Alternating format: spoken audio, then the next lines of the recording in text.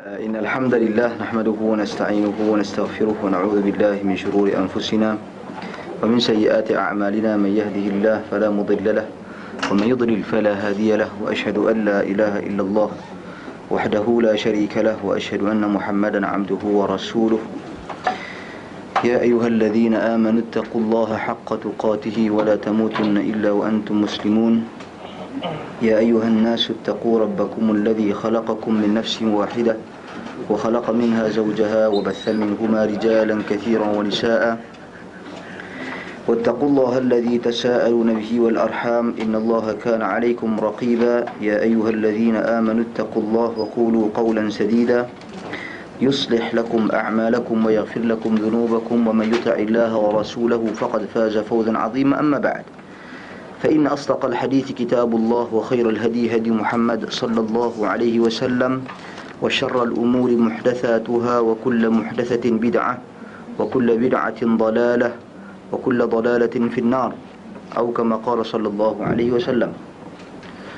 Terima kasih sahabat saya Al-Fadhil Ustaz Yunus, sedang hadirin tuan-tuan, puan-puan, saudara-saudara, saudari-saudari sekalian. Alhamdulillah, kita bersyukur kepada Allah Subhanahu wa taala dipertemukan lagi setelah saya kira hampir 7 bulan. 6 bulan. Februari ya? Februari. Saya ingat kau bulan 4. Februari ya. Masya-Allah. Masya-Allah. Masya-Allah. Jadi kita dapat sambung kembali program kita ataupun kajian daripada ringkasan Sahih Al-Imam Al-Bukhari rahimahullah, yang mana saya pun confused. Saya tak tanda kelas yang terakhir. Seingat saya kelas yang terakhir yang mana?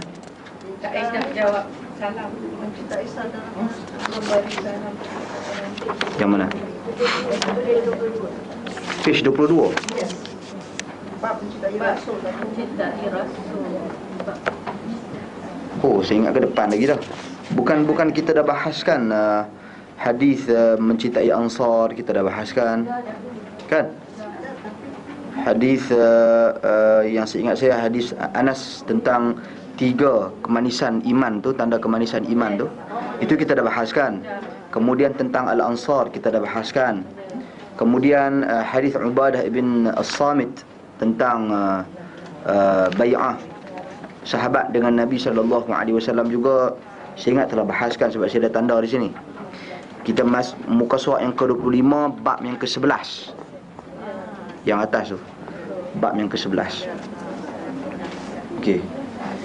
Jadi di sini kita mulakan dengan bab yang ke-11, muka surat yang ke-25 bagi percetakan Pustaka Azam.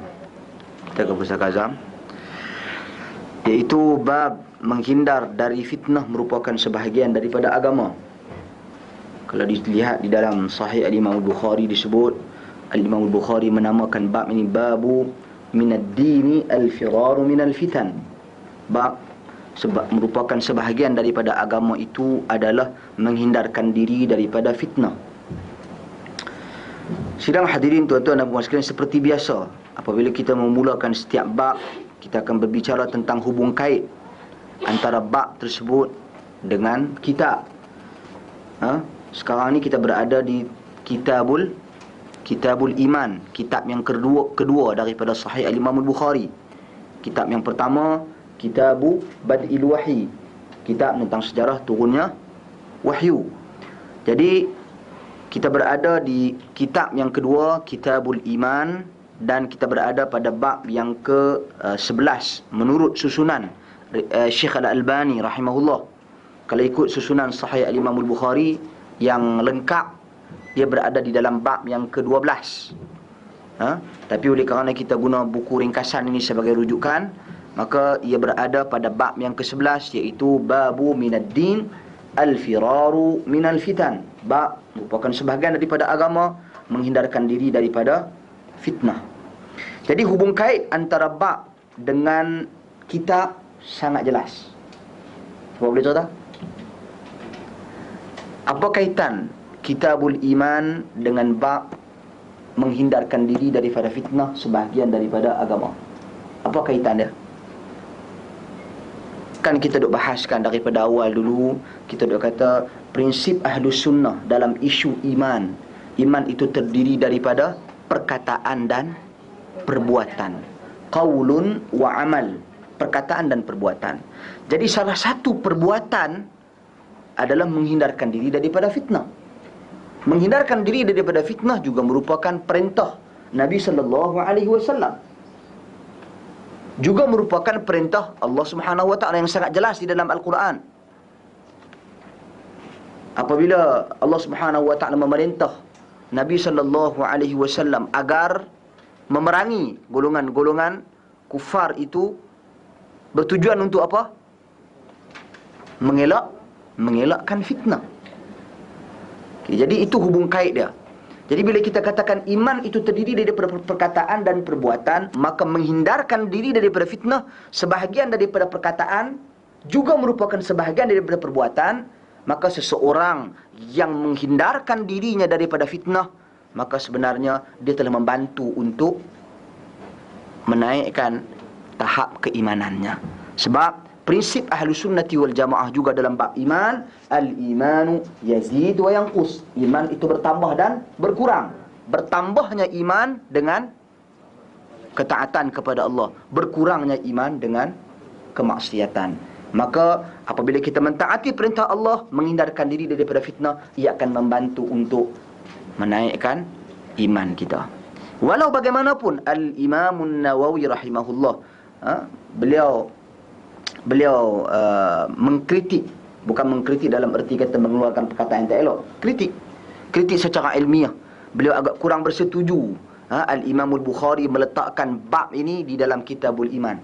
Sepatutnya dia letakkan di dalam Kitabul Fitan. Sebab Imam Bukhari sendiri dia ada dalam kitab sahihnya ini ada kitab khusus yang membicarakan tentang Al-Fitan, tentang fitnah. Okey, tapi walau bagaimanapun hubung kaitnya dengan iman sangat jelas. Wallahu a'lam. Okey, itu yang pertama, munasabah bab dengan kitab. Yang kedua, dalam tajuk ni tuan-tuan dan puan-puan sekalian, tentang pengertian fitnah. Apa maksud fitnah? Kita pernah cerita dah dulu apa maksud fitnah. Fitnah ni dia ada dua version. Version Melayu, lepas tu fitnah yang diperjelaskan di dalam Al-Quran dan juga diperjelaskan di dalam As-Sunnah. Okey, version Melayu fitnah tuduh orang. Habaq orang tu yakni fitnah dalam bahasa kita. Orang tu tak buat, kita kata dia buat. Itu fitnah. Tapi kalau dalam version Arab, tuduh orang ni dia panggil syahadatuz zur, persaksian palsu. Yakni kita memberikan perkataan-perkataan ataupun tuduhan yang palsu ke atas seseorang. Yang tu dipanggil syahadatu az-zur, syahadatuz zur. Okey. Adapun fitnah yang diertikan di dalam Al-Quran, diertikan di dalam hadis, dia membawa makna yang pelbagai. Segala bentuk kesesatan, segala bentuk huru-hara, kiamat, segala bentuk kemungkaran, segala bentuk perpecahan, segala bentuk ujian, dugaan, bala, malapetaka, semuanya merupakan fitnah. Semuanya merupakan fitnah. Walau bagaimanapun, kalau kita lihat ulama-ulama hadis bila dia bahaskan tentang fitnah, kebanyakannya dia memberi fokus dan keutamaan tentang tanda-tanda kiamat. Kebanyakan, walaupun tak semua. Ada dia kitab Al-Fitan wal Malahim. Macam Al-Imam Ibn Kathir, dia ada kitab khusus yang menghimpunkan hadis-hadis Nabi tentang kiamat, tanda-tanda kiamat. Sebelum, kemudian ketika sedang berlaku, kemudian selepas daripada berlakunya kiamat. Jadi itu kebanyakannya. Walau bagaimanapun pengertian fitnah itu ianya sangat umum. Sebagaimana firman Allah di dalam surah Al-Anbiya, wa nabluukum fi syarri wal khairi fitnah. iaitu kami uji kamu dengan benda-benda yang buruk dan benda-benda yang baik sebagai satu fitnah. Yakni ujian itu sendiri, walaupun kita duduk dalam keadaan yang sihat, dalam keadaan yang elok, baik, itu juga merupakan salah satu fitnah, ujian, bala. Begitu juga buruk, malapetaka, bencana, huru-hara, itu juga merupakan satu fitnah. Itu pengertian fitnah yang umum yang diterjemahkan oleh Al-Quran dan juga hadis-hadis Nabi sallallahu alaihi wasallam. Maka bab ini memberikan penjelasan kepada kita bahawasanya hadis yang akan datang nanti dalam bab ini merupakan hadis yang memerintah manusia agar menjauhkan diri daripada sebarang fitnah. Okey. Syekh Al-Albani rahimahullah di sini dia tak bawa hadis ni pasal dia kata nanti akan ada disebut di dalam kitab Al-Manaqib akan disebut hadis ini secara khususnya. Sebab metodologi Syekh Al-Albani yang kita dah baca daripada awal mukaddimah dia, beliau menyatakan bahawasanya beliau akan menghazafkan ataupun memadamkan, apa dia panggil, menghilangkan, memansuhkan hadis-hadis yang berulang-ulang kali. Jadi kalau dah ada dalam bab lain, dia akan batalkan, dia tak masukkan di dalam bab ini, dia akan masukkan di dalam bab yang seterusnya. Itu metodologi dia. Jadi kalau kita buka Sahih Imam Al-Bukhari, apa hadisnya? Hadisnya daripada Abi Sa'id Al-Khudri radhiyallahu an.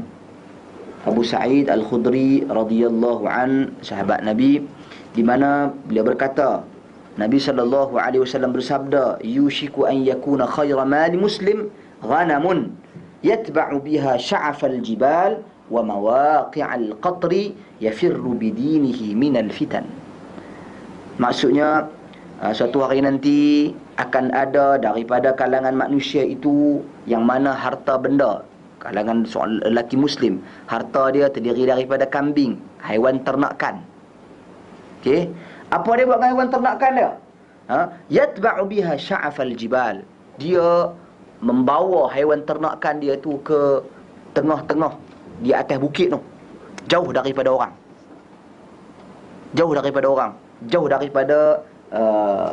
benda-benda yang boleh, ataupun haiwan-haiwan yang boleh makan kambing dia, yang boleh makan ternakan dia, jauh daripada sebarang penyakit. Ini dia, Nabi buat kiasan. Dan kemudian dan juga mawaqi'al qatr, tempat dia ternak kambing dia tu, selain daripada jauh daripada masalah, jauh daripada serangan haiwan-haiwan yang berbisa ke, haiwan-haiwan yang ganas ke, serigala ke dan sebagainya.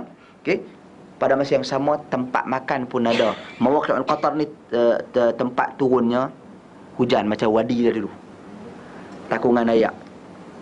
Jadi selamat, makan pun cukup, air pun ada, kemudian bebas daripada sebarang gangguan, selamat haiwan peliharaannya.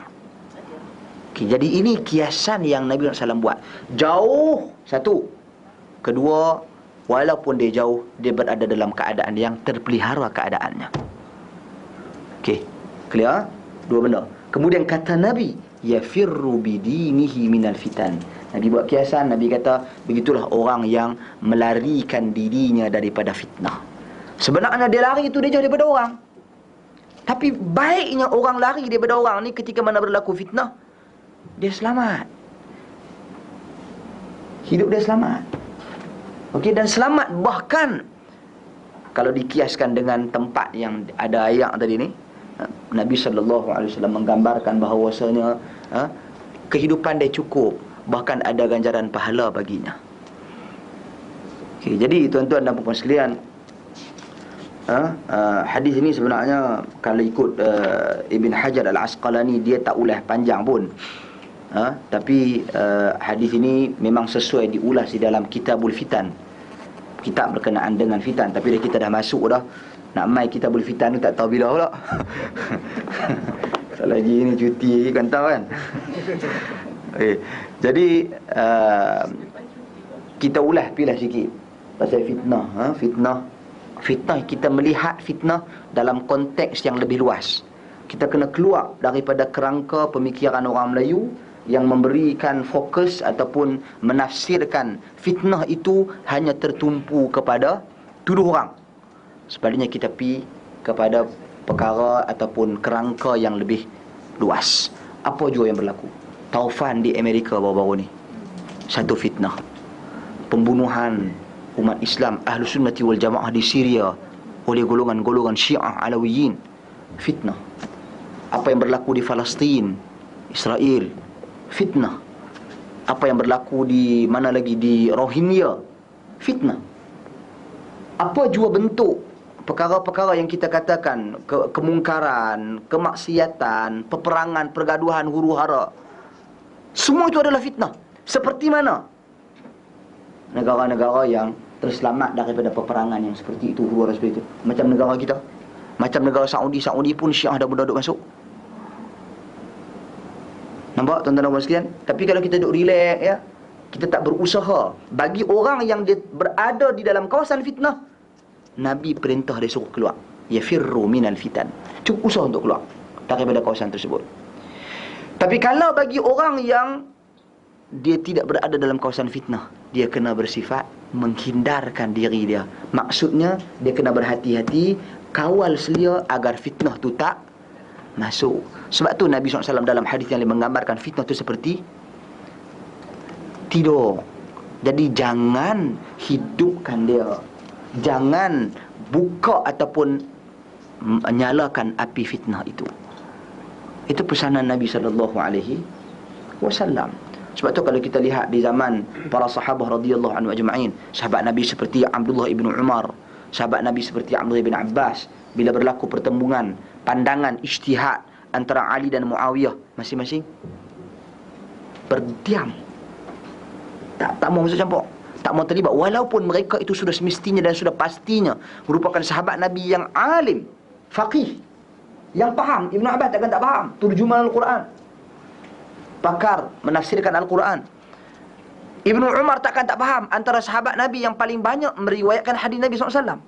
Faham, tapi dia pun tak mau nak bercakap. Sebab tu saya tertarik, ni ada satu, ada buku di tangan saya ni, tajuk dia Min Siyari Ulama Is-Salaf Inda Al-Fitan. Antara contoh-contoh ulama, sikap ulama salaf ketika mana berlaku fitnah. Dia bawa seorang ulama salaf, yang mana beliau bernama Mutarrif bin Abdullah Asy-Syikhir. Mutarrif bin Abdullah Asy-Syikhir. Bagaimana sikap Mutarrif ini ketika mana beliau berhadapan dengan fitnah. Beliau Mutarrif bin Abdullah Asy-Syikhir, ialah beliau seorang sahabat Nabi radhiyallahu anhu. Dan apa yang kita nak bawa di sini, sikap beliau ketika berhadapan dengan fitnah Hajjaj ibn Yusuf. Hajjaj kan terkenal dengan kekejaman dia, garang.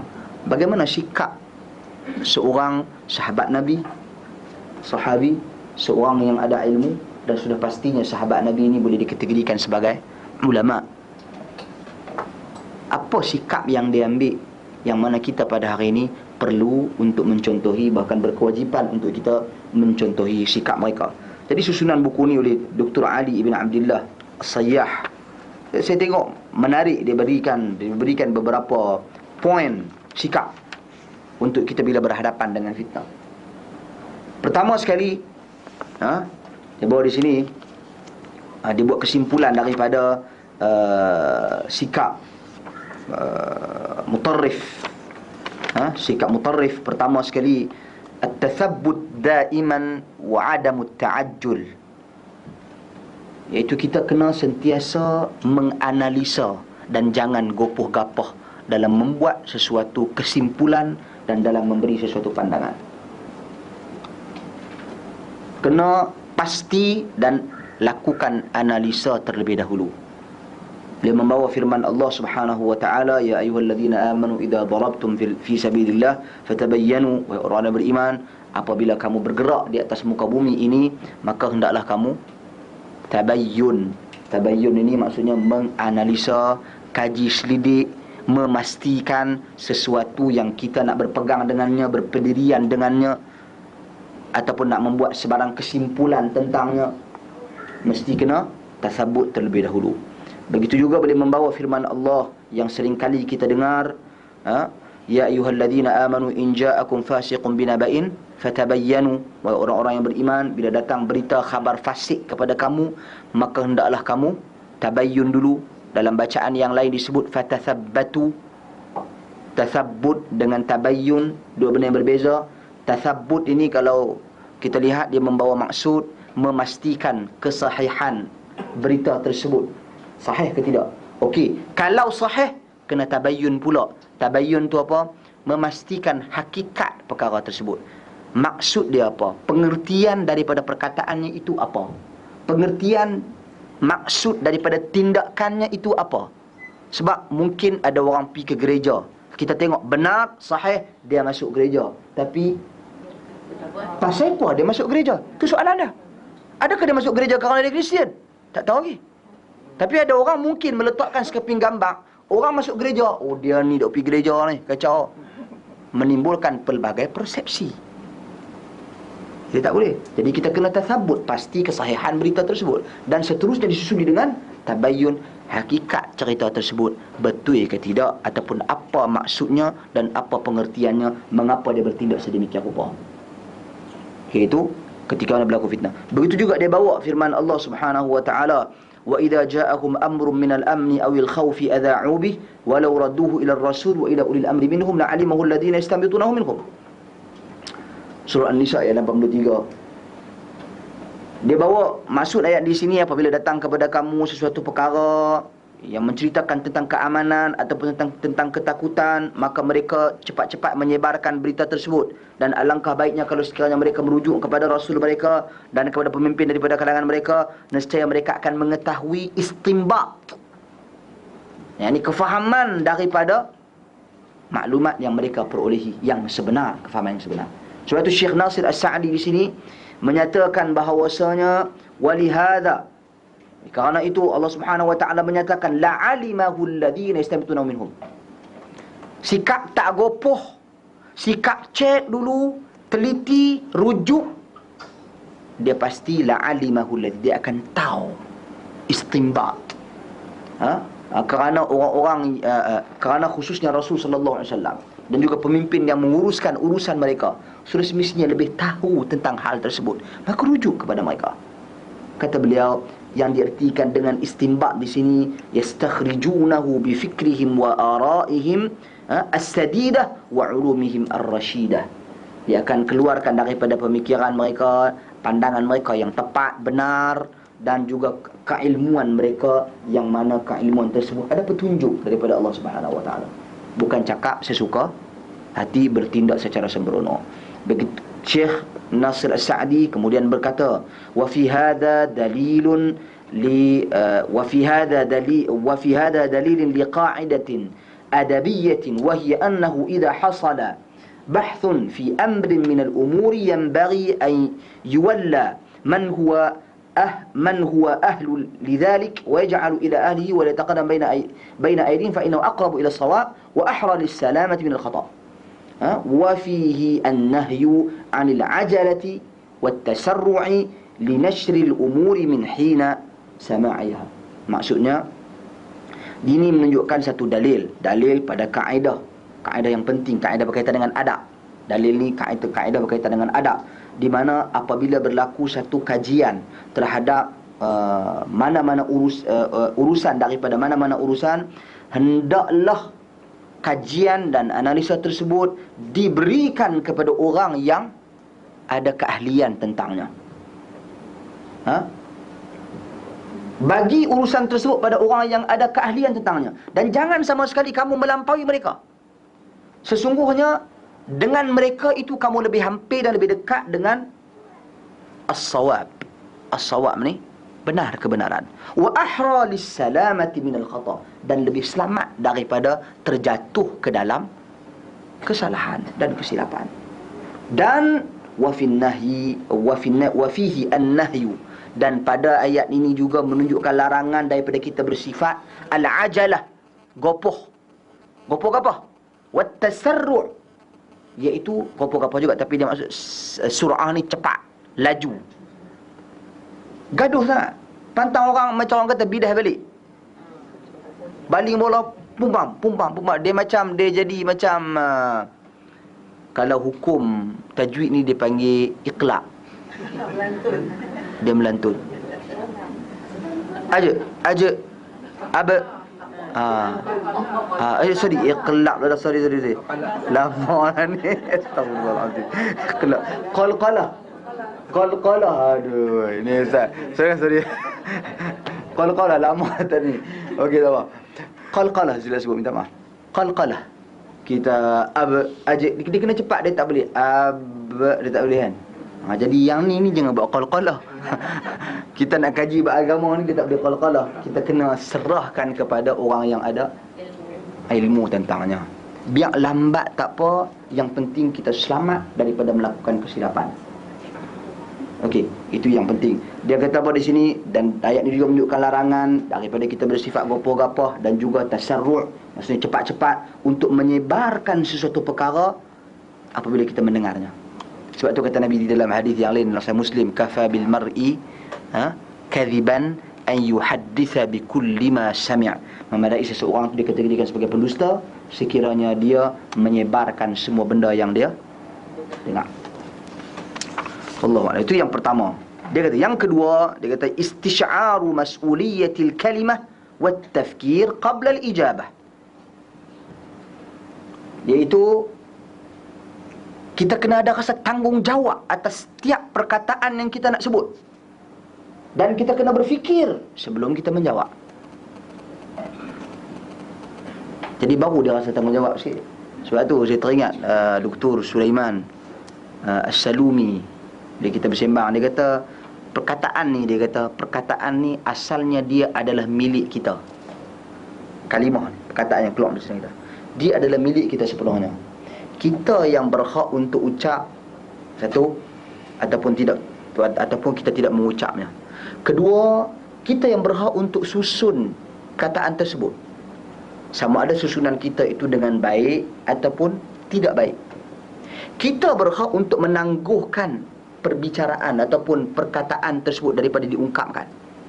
Pertama tadi tak nak cakap, tak mau cakap. Yang ketiga ni, nak tangguhkan ke, nak kena sampaikan sekarang ke. Maknanya perkataan tu adalah milik kita sebelum ia diungkapkan. Tapi bila dia dah keluar, bila orang dah retweet, payah. Orang retweet ke, orang dah share dalam blog ke apa semua, payah. Boleh tarik balik, tak ada masalah. Saya salah, saya tarik balik, no problem. Tapi ianya tersebar umum. Bila pula kawan tu nak tahu kata kita dah tarik balik? Satu problem. Jadi sebelum dia diungkapkan, kita berhak untuk menyusun kalimah dan perkataan tersebut. Okey, jadi sebab tu kalimah tu kita kena ada rasa tanggungjawab sebelum kita mengungkapnya dan berfikir sebelum kita bercakap. Sebab tu dia bawa sini firman Allah Subhanahu wa taala di dalam surah Qaf ayat yang ke-18, ma yalfidhu min qawlin illa ladaihi raqibun atid. Okey, tidaklah seseorang tu dia mengungkapkan sesuatu perkataan, qaul. Di situ kalau dalam bahasa Arab dia panggil nakirah di situ. Nakirah yang didahului dengan ma. Ma tu ma an-nafyu, penafian. Penafian kemudian disusuli dengan perkataan yang mana perkataan tersebut sifat dia nakirah, tak ada adik lam lah cerita mudah dia. Okey, dia membawa pengertian yang umum, yakni mana-mana perkataan, apa jua perkataan, tidaklah seseorang tu mengungkapnya kecuali padanya ada malaikat yang mencatat di sebelah kanan dan kirinya. Daripada ayat Quran ini jugalah ada sebahagian daripada ilmuwan Islam yang menyatakan nama kedua orang malaikat tersebut Raqib dan Atid. Walaupun ulasan Al-Imam Ibnu Kathir rahimahullah, beliau tak bersetuju dengan pendapat yang menyatakan malaikat tersebut bernama Raqib dan Atid. Kerana tidak ada penjelasan yang umum tentang nama malaikat ini. Yang penting kita tahu malaikat yang mencatat amal kebaikan dan keburukan manusia. Nak abang Raqibun Atid ni maksudnya sangat dekat dengan manusia. Okey. Lepas tu bila kita bermuraqabah daripada perkataan qurb. Takkan tu kalau apa ni murad tu kan, sorry bukan qurb. Qurb tu lain.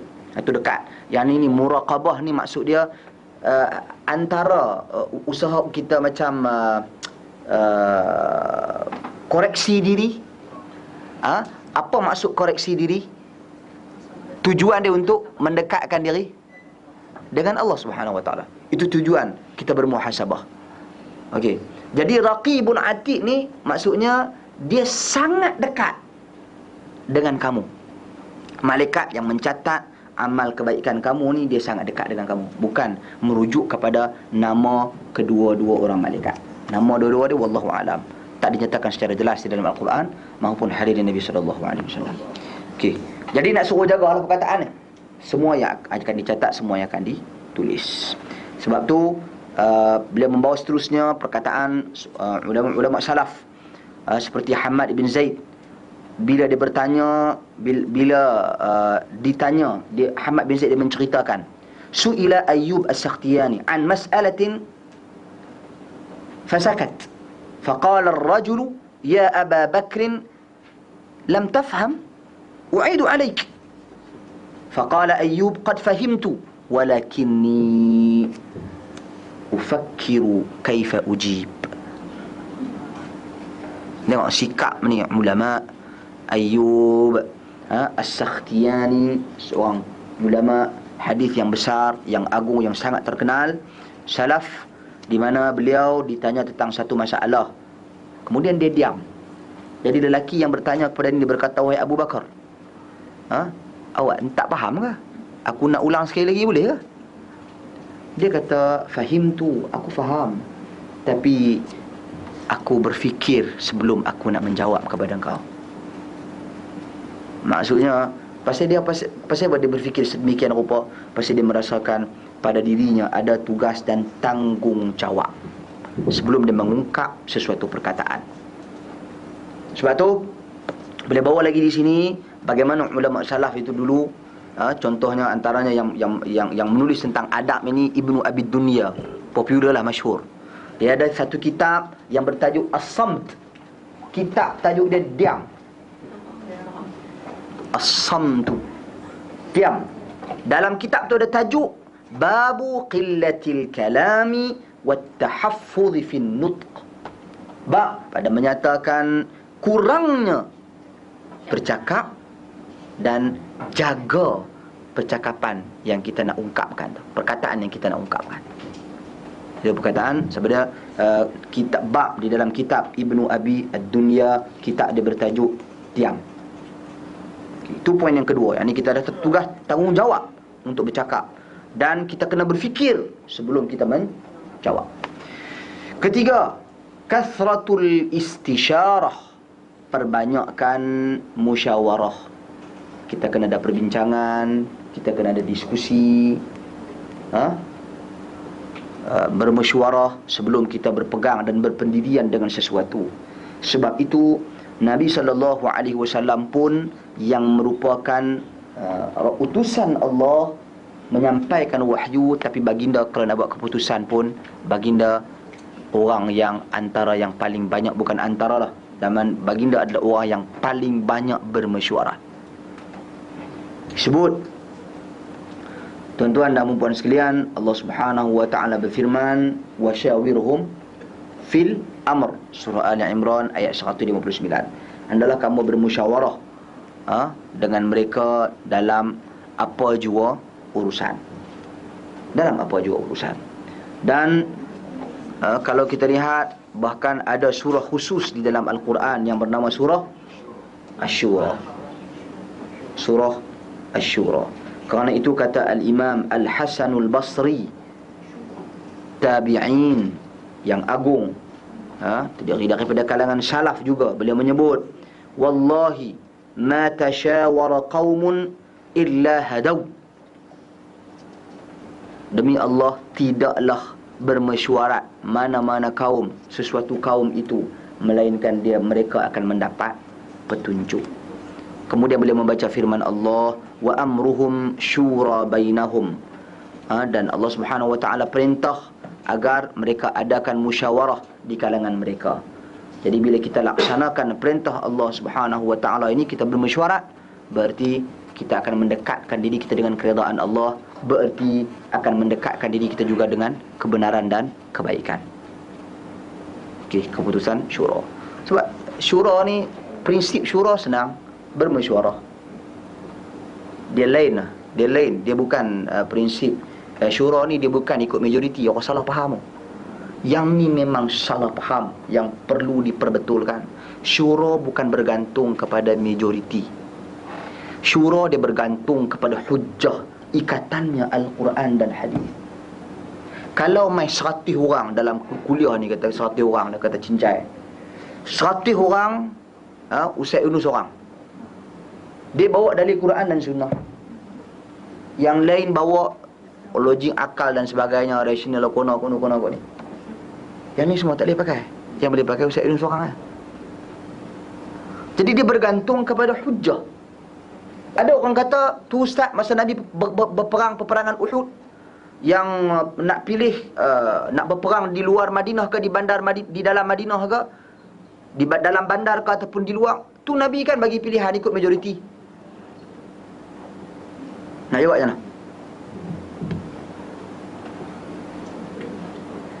Yang tu pilihan yang tidak ada kaitan dengan prinsip-prinsip dan dasar-dasar agama. Apa kelebihan? Adakah hadis tertentu kelebihan berperang dalam bandar Madinah? Adakah ayat Quran tertentu yang suruh tak boleh perang dalam Madinah, kena perang di luar? Tak ada dijelaskan kan? Tak ada. Jadi itu pilihan, Nabi bagi pilihan. Tapi kalau dah ada nusus, dah ada nas Al-Quran, Al-Hadis, maka boleh kita nak ikut majoriti? Tak boleh. Sebab tu sistem syura dia lain. Sebab tu sistem syura ni, kalau dah sepakat, contoh dia ada dua sudut. Satu perkara berkaitan dengan prinsip dan dasar agama, yang ni Quran dan hadis. Kalau perkara yang berkaitan dengan keduniaan manusia, contoh, kok ni kita nak buat bangunan ke tak mau buat, fikirlah, mailah pakar tak yang bahagian tanahnya, cek tanah tu, tengok elok tak elok tanah ni, dia akan runtuh ke nanti ke, lembut ke tanah ni, tenggelam ke apa semua. Kawan ni pula kata tak, dia ni mereka kata ni, kawan ni bawa kitab dia mengaji, kawan ni bawa kitab dia, kepakaran masing-masing. Macam doktor dia bergaduh, ni nak operate ke tak mau operate ke, yang ni kalau kita nak transplant, sesuai tak sesuai jantung ni dengan kawan jantung ni dan sebagainya, dia bertengkar dengan ilmu dia. Yang ni ilmu-ilmu keduniaan ni, dia serahlah kepada hujah juga asalnya, tapi pada masa yang sama dia meraihkan majoriti. Dan prinsip syura susulannya adalah tawakal, serah kepada Allah Subhanahu Wa Taala.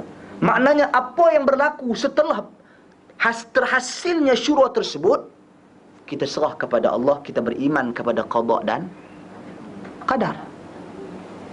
Tak timbul lagi soal nak salahkan orang. Sebab tu dia beza dengan orang duk kata pada hari ni, contoh demokrasi ni sistem syura, tak kena. Sebab demokrasi ni walaupun majoriti pilih, tapi berlaku keburukan ke, contoh berlaku apa masalah, nanti disalahkan orang tak? Walaupun mereka pada mulanya memilih kerana majoriti. Jadi beza dengan syura. Syura mengajar kita bertawakal, demokrasi mengajar kita memberontak. Pasal tengok janji macam tengok tak bagi pun marah. Sebab tu dia dua sistem yang berbeza, jangan disamakan. Soal keberadaan dalam sistem tu soal lain. Soal demokrasi, sistem syura ke tidak, demokrasi bukan sistem syura dan tak layak untuk dinamakan ianya sebagai sistem syura. Musyawarah yang berlaku, keputusan yang berlaku dalam sistem demokrasi, ianya berasaskan majoriti. Hang geng aku angkat tangan lah, kami setuju. Itu demokrasi. Lepas tu habis itu rakyat tak suka, katakan rakyat benci, rakyat tak meluat, tak suka. Yang keputusan majoriti tadi ni nak kena ubah balik. Berlaku salah menyalah antara kerajaan. Dulu hampa yang pilih, rakyat yang pilih. Tapi kerajaan tak berani kata dulu hampa lah yang pilih. Tak berani. Tapi rakyat ada pilih dulu. Dia pada hari ini, dia tak berpegang dengan konsep beriman pada qada dan qadar. Berbeza dengan konsep sistem syura yang diterjemahkan oleh Allah Subhanahu wa taala dan Rasulnya, yang Nabi ajak. Sebab tu Nabi bertawakal walaupun perang di luar Madinah. Tawakal. Nabi hungus pedang dia. Nabi pakai pakaian perangnya. Tawakal, serah. Jadi jangan berlaku kalah ke, menang ke nanti, jangan berlaku salah menyalahkan antara satu dengan yang lain. Cuma kita berhak menjadikan ianya sebagai satu pengajaran. Sebab tu Nabi, walaupun dalam peperangan Uhud tu ramai sahabat Nabi yang syahid kerana turun daripada bukit, Nabi SAW tak pernah menyalahkan keputusan mesyuarat. Tak pernah menyalahkan. Itulah hampa dulu. Tak, Nabi tak ada. Nabi kata sikap yang tak ikut keputusan mesyuarat, sikap yang tak ikut keputusan mesyuarat, itu yang disalahkan. Keputusan mesyuarat, habaq kata pemanah suruh duduk atas bukit. Tapi kalau ikut, kalau memang patuhi keputusan mesyuarat, gugur syahid juga. Serah Allah Subhanahu wa taala. Tapi kalau bantah keputusan mesyuarat, langgar keputusan mesyuarat, kekalahan itu hampa salah lah, pasal melanggar keputusan mesyuarat. Tapi walau bagaimanapun sahabat Nabi radhiyallahu anhu ajma'in, kesilapan yang mereka lakukan hasil daripada ijtihad, hasil daripada pendapat mereka sendiri. Mereka terlupa sebagai manusia biasa dengan perintah Nabi agar terus berada di atas bukit Uhud tu. Sorry, bukan bukit Uhud, Jabal Rumah, bukit pemanah tu. Mereka turun akibat terlupa. Nampak tuan-tuan dan sekalian, itu beza antara syura. Ini perbezaan yang besar lah, rinciannya banyak lagi lah. Beza di antara syura dengan demokrasi. Wallahu a'lam. Kemudian seterusnya, yang keempat, al-istikharatu qabla al-amal, iaitu istikharah dulu sebelum daripada kita beramal ataupun mempraktikkan sesuatu. Yang ni saya kira sangat jelas dalam hadis Nabi SAW, diriwayatkan oleh Imam Al-Bukhari rahimahullah, berkaitan dengan bagaimana Nabi SAW mengajar kepada kita doa yang kita nak baca di dalam salat istikharah. Okey, dan begitu juga di dalam athar daripada Abdullah bin Umar radhiyallahu anhuma, dia kata innar rajula la yastakhiru Allah fayakhtara lah. Maksudnya sesungguhnya seorang lelaki itu bila dia tanya kepada Allah, minta Allah berikan pilihan kepada dia, Allah Subhanahu wa taala akan bagi pilihan kepada dia. Tak payah tunggu mimpi. Kecenderungan dia, kemudahan dia untuk melakukan sesuatu yang dia pilih tu, ataupun yang dia ragui, nak buat A ke nak buat benda B. Tapi hati dia nampak macam mudah untuk melakukan apa yang berkaitan dengan A ni contoh, maka itu dah sebenarnya merupakan keputusan istikharah.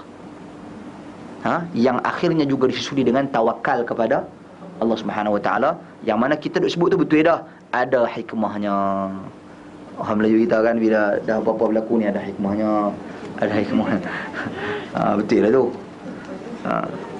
Yakni beriman kepada qada dan qadar. Kemudian yang kelima,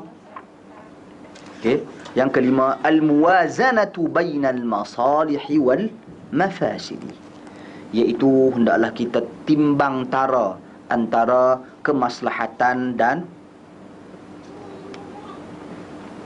mafsadah. Maslahah dan mafsadah, kebaikan ataupun kemaslahatan dan juga keburukan. Timbang dulu sebelum kita nak buat. Sebab tu kita boleh buat macam lah ni, orang nak buat SWOT tu. SWOT kalau kita nak mengaji, nak buat program universiti semua, kita buat SWOT dulu. Apa kekuatan kita, strength kita, weakness kita, kelemahan kita, kemudian opportunity, peluang yang kita ada, kemudian threat yang kita ada, halangan yang kita ada. Jadi kita buat tu dulu. Apa kita punya kekuatan kita di sini? Kekuatan kita sekian. Apa kita punya halangan kita sekian. Daripada situ kita tahu kemampuan untuk kita jalankan dan laksanakan sesuatu. SWOT tu betul lah tu. Itu dah timbang tara antara maslahah dengan mafsadah. antara keperluan, antara kebaikan dengan keburukan. Kalau tengok Allah halangan dia, ada 20 halangan. Kebaikan objektif program ni, kekuatan kita ada satu lah. Sebelum tu nak bincang objektif program dulu. Objektif boleh tercapai ke ni, banyak masalah ni. Itu sebenarnya datang daripada Islam memang dah ajar dah. Timbang antara kemaslahatan. Sebab tu dia bawa sini perkataan Mutarrif Ibn Syikhir. Dia berkata, la illam yakun li din hatta aquma ila rajulin ma'ahu 100,000 sayfin armi ilaihi kalimatan fayaqtuluni in dini idzan la dayyiq. Maksud dia nak kata di sini, sekiranya bagi aku tak ada agama, dia kata, sehingga aku berdiri kepada lelaki yang bersama-sama dengan dia 100,000 pedang, bersama-sama dengan 100,000 pedang, aku akan baling kepada dia satu perkataan sahaja. Aku cakap satu perkataan saja, dia akan bunuh aku. Dia ada 100,000 pedang. Kalau aku ni tak ada agama, maknanya cakap cukup-cukup sekali. Aku tak kira dia tak, maknanya dia tak timbang, tak fikir dulu kemudaratan hasil dari perkataan dia. Pi bertemu dengan seorang lelaki yang lahu 100,000 saif, 100,000 pedang. Kita pi seorang-seorang tu, cakap apa aku nak cakap. Hanya tak, bukan maksudnya orang yang cakap aku suka hati tanpa timbang tara, nak digambarkan Mutarrif bin Syikhir tak ada agama. Apa dia kata? Fayaqtuluni. Pasti dia akan bunuh aku. In dini idzan la dayyiq. Maka agama tu aku akan jadi sempit lah. Contoh kita katakan pada hari ini, para da'i, para duat, pendakwah, lagu Ustaz Yunus dan sebagainya, kawan-kawan kita lain, ustaz kita yang lain. Orang yang main kuliah ni kategori dia mad'u, yang didakwah. Orang yang mengajak ni da'i lah. Okay, sebenarnya kita ni semua pun da'i pun. Okay. Jadi da'i dengan mad'u ni dia ada fokus yang berbeza. Dia ada masalah yang berbeza. Orang yang didakwahi ni, mad'u ni, dia syok nak da'i cakap semua apa yang dia nak dengar. Ustaz tu tak cakap apa? Ustaz tu tak cakap. Ustaz tak cakap bab tu. Ustaz tak sentuh bab ni.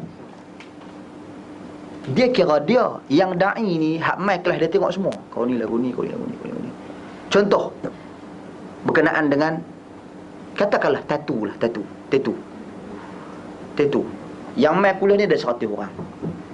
Adalah seorang bertatu hari pertama baru mai kuliah. Orang yang mad'u ni, hak mai kelas ni, ustaz saya cakap bab tatu ustaz. Lah dia nak suruh cakap ni, kau ada tatu banyak. Ustaz cakap bab tatu. Yang ustaz ni fikir, kalau aku cakap sekali lagi dia lari. Sekali dia lari, sekali lagi rugi. Kita nak bagi dia faham dulu, nak bagi dia dekat dulu, nak bagi dia ada tertarik dengan kelas pengajian agama contohnya. Jadi sebab tu, kalau orang tak fikir, dia akan menyempitkan agama dia sendiri. Jadi sebab tu kita kena bezakan antara da'i dengan mad'u. Macam kita juga, bila time kita pandai, oh tak boleh lah, mak saya tu dia buat tahlil lama dah. Nabi dua habaq, bukan senang ustaz kita nak ni. Nampak? My time dia macam-macam, mudarat ni lah. Tapi time ustaz kena cakap ustaz, tak boleh kena cakap. Yang ni mengarut. Jadi ada lagi saya tengok satu lagi. Berapa poin dah? 5 poin dah? 5 poin. Okey, poin yang ke-6. Lagi poin dia kata, jadi yang tadi ni jelas timbang tara antara maslahah dengan mafsadah, baik dan buruk, kesesuaian dia. Okey. Kemudian yang ke-6, luzumud du'ai wat ta'awudhi minal fitan. Iaitu kita kena selalu melazimi doa, bacaan doa, dan juga minta perlindungan daripada kepada Allah Subhanahu wa taala daripada fitnah. Yang ni sangat banyaklah ni contoh-contoh dia. Antaranya contoh daripada Mutarrif Ibn Syikhir sendiri. Dia sendiri bila ada di zaman Hajjaj, kan Hajjaj ni dia banyak tangkap tangkap, bunuh dan sebagainya. Di kalangan sahabat Nabi pun dia ada bunuh, lepas tu di kalangan ulama tabi'in pun dia ada, di mana datang seorang lelaki bertemu dengan Mutarrif, mengadu. Hajjaj tangkap anak dia. Jadi berita ni dinukilkan di dalam Tabaqat Ibn Sa'ad dan juga kitab-kitab yang lain dengan sanad yang sahih daripada Ghilan Ibn Jarir. Dia kata habasal Hajjaj muwarriqan al-Ijli. Hajjaj dia penjarakan seorang lelaki yang bernama Muwarriq, Muwarriq al-Ijli di dalam penjara. Fatalabna fa'ayana, maka depa pun pergi minta dekat Hajjaj. Depa minta dekat Hajjaj, Hajjaj buat tak tahu kat kami, kat mereka. Falaqiyani Mutarrif, maka aku dipertemukan dengan Mutarrif. Maka Mutarrif berkata, ma sana'tum fi sahibikum, apa yang berlaku pada saudara kamu? Maka dia menjawab, mahbus, di penjara, yakni di penjara oleh Hajjaj. Maka Mutarrif dia kata, mai sini, ta'al hatta nad'u, mai sama-sama kita doa. Berdoa kepada Allah Subhanahu wa taala. Apabila setelah selesai berdoa, falamma kana al-ashi, bila masuk waktu malam, okey, kharaja al-Hajjaj, Hajjaj keluar. Fajalas, Hajjaj duduk. Wa adhina lin-nas fadakhalu alai, dan dia buka ruang untuk bagi izin manusia, orang-orang yang melawat dia. Timing lah. Dia bagi time untuk orang masuk, mai jumpa dengan dia, mengadu apa-apa arah dan sebagainya. Fadakhala Abu Muwarriq, bapa kepada Muwarriq masuk. Fi man dakhal, bersama-sama dengan orang lain yang masuk. Fada'al Hajjaj Al-Haris. Hajjaj dipanggil Harisiyan, penjaga, pengawal penjara. Dia panggil. Tiba-tiba bapa dia tak ada cakap apa pun lagi. Abu Muwarriq dia tak cakap apa. Hajjaj nampak bapa dia ni, Hajjaj panggil tu pengawal penjara. Idhab bidzaka syekh ila sijin, hang bawa pi syekh ni, Abu Muwarriq ni bawa pi penjara. Fadfa' ilaihi ibnah, keluarkan anak dia. Keluarkan anak dia daripada penjara. Qala Khalid, berkata yang meriwayatkan, min ghairi an yukallimahu fi ahad minan nas, tanpa ada seorang pun bercakap kepada Hajjaj Ibn Yusuf. Tak ada seorang bermahabak ada ni kena tolong keluar, tak ada. Dia pergi jumpa dengan Mutarrif Ibn Syikhil, sahabat Nabi, berdoa kepada Allah Subhanahu wa taala. Ni kekuatan doa. Orang Islam kita kena percaya pada kekuatan doa. Saya heran bila kita kata kita kena banyak doa. Ustaz tak asyik doa ya. Memanglah doa tu nombor satu. Kemudian disusuli dengan usaha. Usaha kita usahalah, tak mana mampu. Bapa dia, apa usaha bapa dia buat? Pergi berjumpa dengan Hajjaj bin Yusuf, tapi tak ada nak minta sebab kekuatan doa. Sebab tu kalau kita ingat ni, kita pernah cerita dulu hadis apa ni, kisah Uwais ibn Amir Al-Qarni kan. Kekuatan doa dia sehinggakan Nabi perintah, siapa-siapa yang mampu untuk memohon pengampunan kepada Allah melaluinya, mohonlah. Umar di antara yang memohon pengampunan. Dia ni betapa Allah Subhanahu wa taala makbulkan doa dia. Law aqsama 'ala Allah la abarra, kalau sekiranya dia angkat tangan berdoa kepada Allah, nescaya Allah akan makbulkan doa dia. Jadi ini kekuatan doa. Nak pastikan doa tu dimakbulkan adalah adab dan etikanya.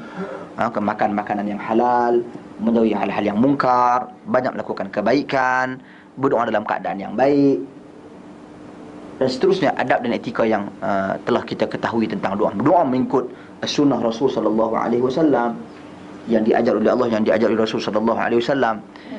Jadi kita praktikkan semua benda ni, dan insya-Allah. Sebab tu kalau contohnya kita dalam salat, hujung salat kan kita minta jauh daripada fitnah. Fitnah dajjal, fitnah hidup, fitnah kematian. Kemudian kita minta jauh juga daripada fitnah dosa-dosa dan juga hutang piutang. Ini doa yang sering kita baca di penghujung setiap kali salat. Okey, baik. Kemudian ada dia bawa sini punya doa. Saya kira itu yang last. Okey, ada lagi. Yang ketujuh, last. Yang ketujuh, al-inshighalu bil ibadah. Bila berlaku fitnah ni, kita perbanyakkan buat ibadat. Buat ibadat. Buat ibadat. Orang ni duduk sibuk seluar sana tu, kita main kelas mengaji. Duduk sibuk dengan isu-isu semasa dan sebagainya, kita meneruskan usaha untuk kita menuntut ilmu. Jangan duduk kalut dengan orang lain. Dia ramai tu. Okey. Jadi disebut di sini,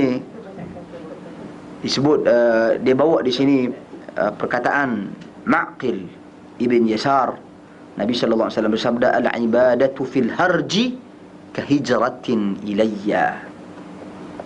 Okey, saya tengok saya.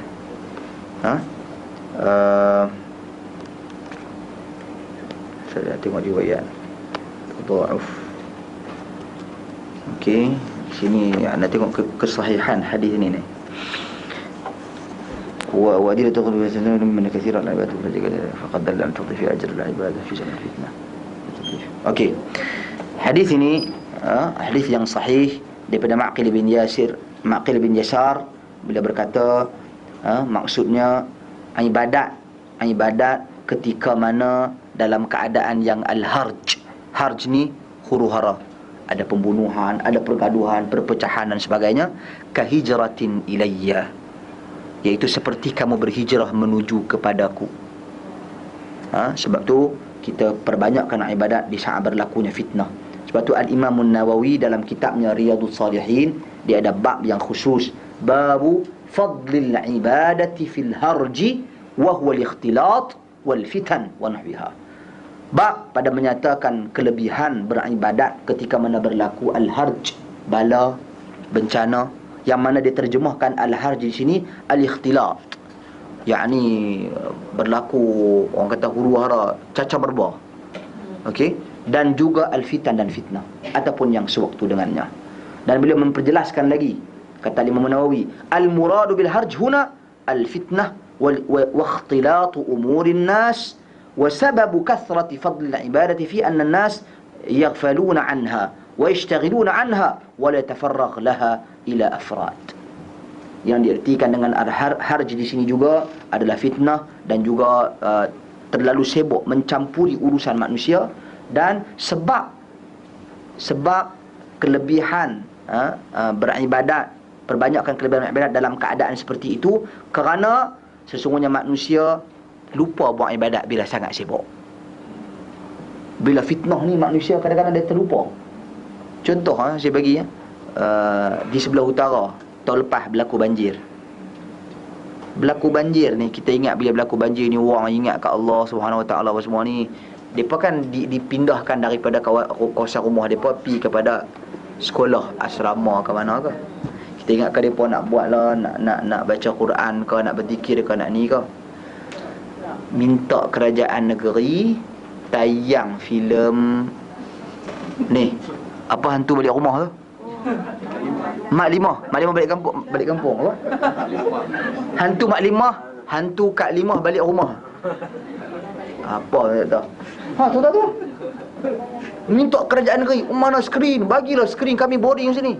Orang duduk dalam mudarat itu banyak doa kepada Allah Subhanahu Wa Taala, banyak berzikir. Sebab memang majoriti, kebanyakan orang kalau dalam depa hadapi dalam keadaan tu kadang-kadang lupa pada Allah Subhanahu Wa Taala. Walaupun sebut Allah, tapi dia punya praktik amalan itu kurang. Jadi kita perbanyak, hanya dengan sebutan Allah Subhanahu Wa Taala, hanya dengan sebutan dari Allah belum cukup, disusuli dengan amalan ibadat. Sebab itu kata Nabi di dalam hadis, al-ibadatu fil harj kahijratin ilayya, iaitu ibadat dalam keadaan yang terdesak, huru-hara, bala bencana, seolah seperti kamu berhijrah kepada aku, kata Nabi sallallahu alaihi wasallam. Sahih Jami' Saghir. Sahih Jami' Saghir Syalbani. Dia tak nyatakan sekarang ni. Okey. Jadi saya kira cukup situ dulu kot. Kita dapat faedah daripada bab menghindari diri daripada fitnah, dan kaedah menghindarkan diri daripada fitnah yang diajar didik oleh Nabi sallallahu alaihi wasallam, dan juga petunjuk para sahabat radhiyallahu anhum ajma'in. Antara yang kita dapat manfaat adalah Mutarrif Ibn Syikhir radhiyallahu anhu Wallahu a'lam. Jadi sekarang ada 1-2 soalan. Sebelum kita berhenti, dipersilakan. Siapa yang?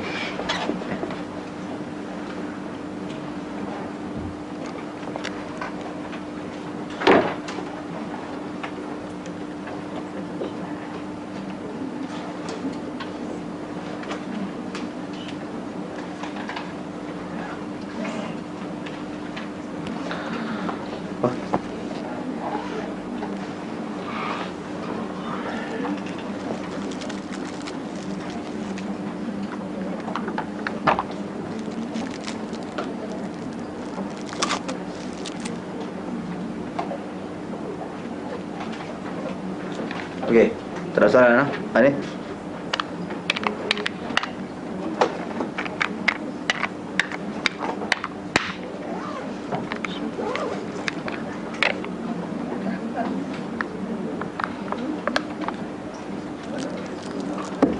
Okey, kalau tak ada, okey, tak ada. Dia malu lama tak main kelas. Tak biasa. Kalau orang gunakan hadis ni dalil untuk dia tak bercampur dengan masyarakat. Dia macam ni, berkenaan dengan mencampuri urusan masyarakat, satu hal, beribadat ketika mana berlaku bala, satu hal yang lain.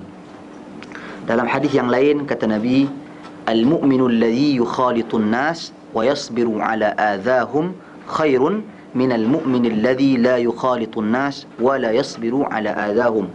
Orang beriman yang mencampuri urusan manusia dan bersabar dengan dugaan ataupun keburukan yang ditimpakan ke atasnya lebih baik daripada orang beriman yang tak mencampuri urusan manusia dan tidak mampu bersabar dengan dugaan yang ditimpakan ke atas mereka. Jadi itu dari sudut lain. Walaupun berlaku fitnah lagu mana pun, dia tetap mampu dan dia tetap mampu kekang jiwanya. Dia tetap beriman kepada Allah Subhanahu Wa Taala. Tapi kalau orang tu dia tahu kalau dia pergi campur, dia pun bungkui, maka lebih baik bagi dirinya untuk dia mengelakkan daripada mencampuri urusan. Sebab tu Allah ni Maha Adil. Orang kita ni dia ambil hadis lagu tu, dia pergi hukum orang. Sebenarnya tak boleh. Fattaqullaha mastata'tum. Bertakwalah kamu kepada Allah sedaya mampumu. Kemampuan Ustaz Yunus, saya, dan kita semua berbeza-beza. Mungkin perempuan ataupun tuan-tuan memiliki kemampuan yang lebih, kami mungkin kurang. Mungkin kami lebih, mungkin kurang. Jadi tak boleh kita nak ambil ni, kita nak praktikkan sesuka hati. Oh, hang kena ikut ni, hang kena juga. Tak boleh. Kalau nak jadi mukmin yang baik kena bercampur. Sedangkan dia ni tak boleh. Orang pantau ajak makan, makan. Pantau ajak buat tak elok, kesian dia ajak. Lagu tu kalau jenis lagu tu, jenis tak boleh bercampur orang.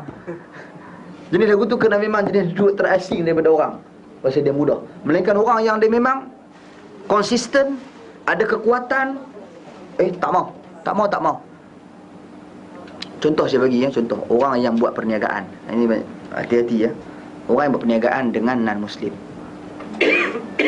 Non-Muslim ni biasalah, mereka berjaya sikit-sikit apa-apa ke, mereka pergi minum apa semua. Soal pergi minum tu, soal perniagaan, kerjasama perniagaan ni,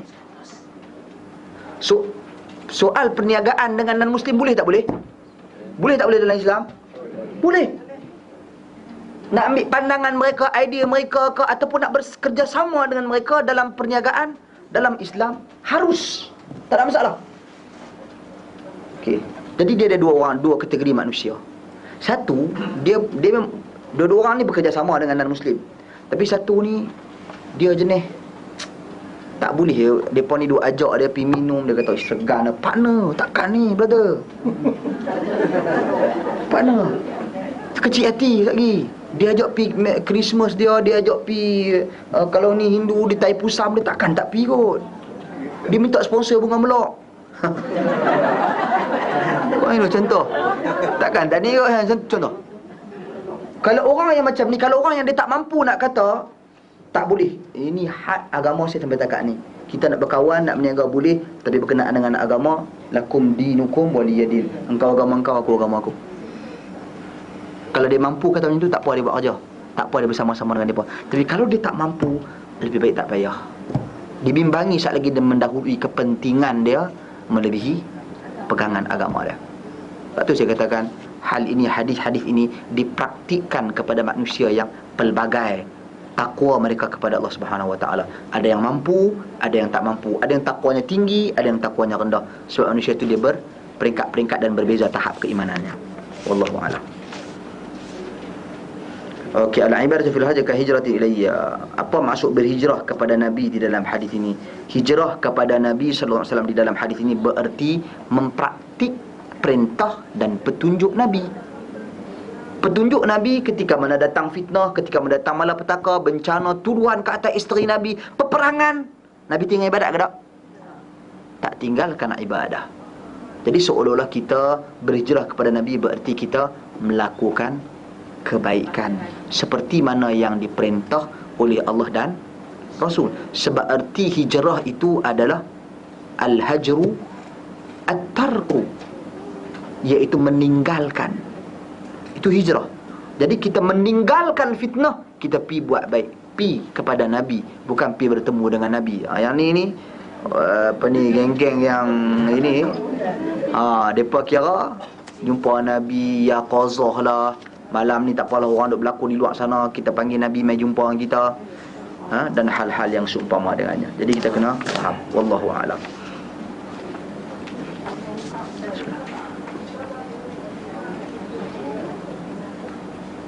Okey, Ustaz, apakah kebaikan berpuasa dalam bulan Muharram? Bulan Muharram ni disebut di antara bulan yang paling baik berpuasa setelah bulan Ramadan al-Mubarak. Digambarkan oleh Nabi sallallahu alaihi wasallam di dalam hadis. Adakah Nabi berpuasa? Ya, Nabi berpuasa di dalam bulan Muharram. Antara bulan yang paling banyak Nabi sallallahu alaihi wasallam berpuasa. Okey. Dan bagaimanakah cara berpuasa ni? Bolehkah seseorang itu selang-seli atau hanya pada 9 dan 10? Tak ada masalah. Kita boleh puasa sebulan, tak ada lah. Kita berpuasa, kalau nak puasa yang terbaik pun puasa sama ada Isnin Khamis ataupun puasa Nabi Daud AS selang-seli. Kemudian hari-hari putih. Kemudian Muharram ni dia 10 Muharram, dan betul 9 dan 10 itu. Jadi Muharram ni ialah bubuk sora lah. Tapi kita cuba ubah tradisi tu. Kita cuba buat bubuk sora bulan Syaban. Cuba buat majlis kucai bubuk sora. Jadi kita panggil ramai-ramai, kita buat bulan Syaban, bulan Ramadan, bulan Zulhijjah ke, ataupun kita buat bulan Rabiul Awal ke. Kita cuba ubah, jangan dikaitkan datangnya hari Ashura, hari yang ke-10 bererti kena buat bubuk. Kita kena ubah sikit ya benda tu. Jadi setakat nak makan tak ada masalah. Orang tanya apa hukum makan bubuk sora? Halal kalau buat, mai kasi sikit. Ya. Ada masjid bagi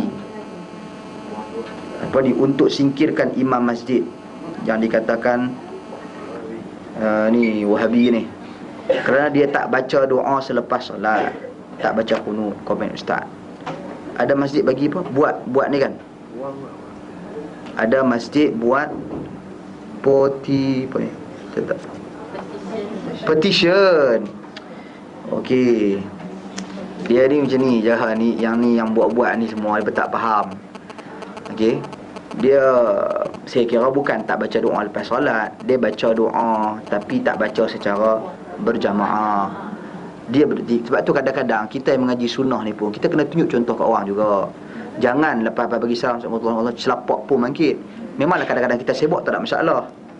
Berzikir selepas solat ada tak dalam hadis Nabi? Petunjuk Nabi ada. Zikirlah sikit, duduklah. Taklah menampakkan Allah lepuk bangkit. Ustaz tak boleh kita bersama-sama dengan mereka ni. Tak, kita buat ajar kita. Duduklah. Okey. Setidak-tidaknya kita menanti tunggu. Bahkan seingat saya pernah disebut oleh Syekh Ali Hasan Al-Halabi, dia bahaskan kan imam bila selepas dia bagi salam, dia akan menyebut sallallahu, kemudian dia akan menyebut Allahumma tasallim tabarak tadabur ikram, kemudian dia akan beralih pusing menghadap makmum. Jadi sebelum imam pusing menghadap makmum tu, kita diminta duduk di tempat kita. Jangan bergerak dulu. Sampai imam beralih. Ulama bahas lah benda tu. Antara hikmah dia tunggu imam ni apa semua. Imam dia tengok makmum. Imam bukan dia beralih, dia tunduk saja, dia tengok makmum dia. Siapa yang hadir salat, siapa yang tak hadir ke salat. Dalam keadaan sekarang memang susah lah. Ataupun tak kena imam pun, tengok imam tak bantu ni, orang lain-lain tiap hari main sembahyang. Kadang-kadang orang tu, kadang-kadang orang ni macam tu kat orang. Tapi itu ada di antara sunnahnya. Jadi kita kena tunjuk contoh kepada mereka bahawa memang ada zikir lepas salat. Doa pun angkat tangan pun, kita doa angkat tangan pun, kita tak jadikan ia sebagai satu mudawamah, berterusan. Kadang-kadang kita buat, kadang-kadang kita tak buat. Tak semestinya. Nampak? Jadi impact dia, kesan buruk dia sampai orang mengatakan bahawasanya pok-pok ni tak baca doa lepas sembahyang. Sebab sikap kita pun kita mangkit. Kesan dia tengok bila kita ada tu imam yang tu imam yang dah masuk, yang dah cuba sampaikan dakwah di sana, dia pun mendapat tuduhan yang tak sewajarnya. Saya yakin dia berzikir, cuma dia tak berzikir secara jama'i, secara berjamaah. Sebenarnya boleh je. Kaedah dia ada jadi imam je. Kita elankan kepada umum, saya akan berzikir secara kuat dalam tempoh 6 bulan untuk tujuan mengajar. Nak ajak zikir bagaimana cara Nabi berzikir. Bagi kita ni zikir ni macam merbah ya, pi kawasan tu cara ni, pi kawasan tu cara ni, pi kawasan tu cara ni. Yang pi kawasan tu lagi lagu tahlil terus. Zikir pasmayang tu dia macam-macam. Version mana yang Nabi ajak? Tu persoalan dia. Jadi kalau main imam dia kata dalam tempoh 6 bulan saya akan buat zikir nak sampaikan seperti mana Nabi ajak. Kita akan edarkan kertas, semua boleh kutip, baca. Lepas 6 bulan kita akan buat secara sendirian. Tu je, kuatkan suara je. Dia bukan berjamaah pun, kuatkan suara. Jadi itu isu dia. Tapi bila kadang-kala sama ada sikap kita ataupun sikap orang yang bersama-sama dengan tu imam ni, kadang-kadang dia terlebih daripada tu imam. Impact kesan dia buruk dia adalah kepada tu imam. Tu imam ni pun dialah tu imam ni ustaz kena Ustaz. Kita ni lah. Dia tak apalah, dia pergi duk buat kerja lain. Tu imam ni makan gaji tu imam. Lepas tu nak dakwah lagi di situ. Jadi kerana kadang-kadang ni kiri kanan depan belakang ni meduk tekan tu imam kata aku tak kira. Tak kira dia lah kena buang. Jadi itu impact dan kesan dia. Isu doa tak baca doa kunut ni apa semua ni, saya kira benda ni benda yang sangat biasa. Tapi kadang-kala ada orang dia tak faham, beginilah impact dan kesan dia. Orang lagu ni pergi ke Mekah Madinah tak apa pun untuk baca kunut. Balik main sini duk kalut baca kunut. Tapi kadang-kadang itulah orang yang ni pun doa kunut pun dia tak tahu. Jadi dia, tapi iman tak baca kunut dia marah. Doa kunut dia doa kunut. Doa kunut dia pun tak apa, dia kira nak amin tu ya. Tu nak ni ya, tapi kalau iman tak baca dia marah. Jadi itu pun satu isu juga. Okey, kemudian doa kunut tu sendiri, doa kunut mana yang Nabi ajak? Bacaan doa kunut witir itu yang Nabi ajak. Bacaan doa kunut subuh ni tak ada pun disebut di dalam hadis Nabi sallallahu alaihi wasallam. Yakni bacaan lafaz tu. Okey, jadi kalau tu imam ni dalam tempoh dia nak dakwah ni dia bacalah kunut apa pun, nazilah ke, duk tak duk tiba-tiba isyak dia kunut. Terus lagi subuh dia kunut. Terus lagi besok tu maghrib ke dia kunut. Lagi zuhur ke dia kunut. Kunut nazilah baca. Jadi masyarakat ada bila terbiasa lagu tu, bila kita tinggal pun dia taklah rasa sangat. Jadi saya kira daripada banyak sudut lah benda ni. Adapun isu Wahabi ni, semua Wahabi, Jais Wahabi, Jakim Wahabi, Jawi Wahabi, ni Wahabi. Siapa Wahabi? Lawan dengan Syiah. Syiah lawan dengan Wahabi. Nampak? Saudi, kalau dia berkata Saudi itu Wahabi, Saudi kuat lawan Wahabi. Bahkan Ibn Taymiyah, Syekhul Islam Ibn Taymiyah adalah tokoh yang paling banyak menulis tentang Syiah. Dan rujukan Syekhul Islam Ibn Taymiyah tentang Syiah adalah rujukan yang dipakai sepanjang zaman. Minhajus Sunnah An-Nabawiyah. Paling power. Bahkan orang-orang yang tak suka kat Wahabi ni pun, yang menyandarkan Wahabi kepada Ibn Taymiyah sekalipun, akan pakai kitab Ibn Taymiyah bila nak kritik puak-puak Syiah. Jadi tuan-tuan dan puan sekalian, jadi siapa yang kritik Syiah? Wahabi ya. Lepas tu ni lawan dengan ajaran sesat. Lawan dengan ajaran sesat. Contohnya apa ni, isu yang berkaitan dengan akidah. Macam di Melaka dia pergi robah kubur, kan? Di Melaka kan dia pergi robah kubur di Pulau Besar. Kemudian JAKIM pun arahan-arahan yang berkaitan dengan syirik tangkal apa semua ni tak bagi fatwa dah keluar. Ini semua tu kerja modus operandi Muhammad bin Abdul Wahab dalam nak sampaikan dakwah akidah di Saudi dulu. Itu kerja dia. Dia serang bab syiriknya. Dia popular kerana serang bab syirik. Dia popular kerana mempertahankan akidah. Jadi siapa yang pertahankan akidah? Dia Wahabi je. Jadi dia katakan Wahabi ni masalah khilaf dalam masalah fiqh ni. Ini Hambali, Yanu Maliki, Yanu Jami. Ini masalah-masalah kecil je. Ini masalah-masalah akidah. Jadi daripada dia pun kata-kata kat orang Wahabi tu, tengok dia sedar-sedar. Depa yang Wahabi. Wallahu a'lam. Jadi saya cukup dulu setakat tu. Dan sekalian insya-Allah kita sambung lagi berapa minggu? 2 minggu lagi.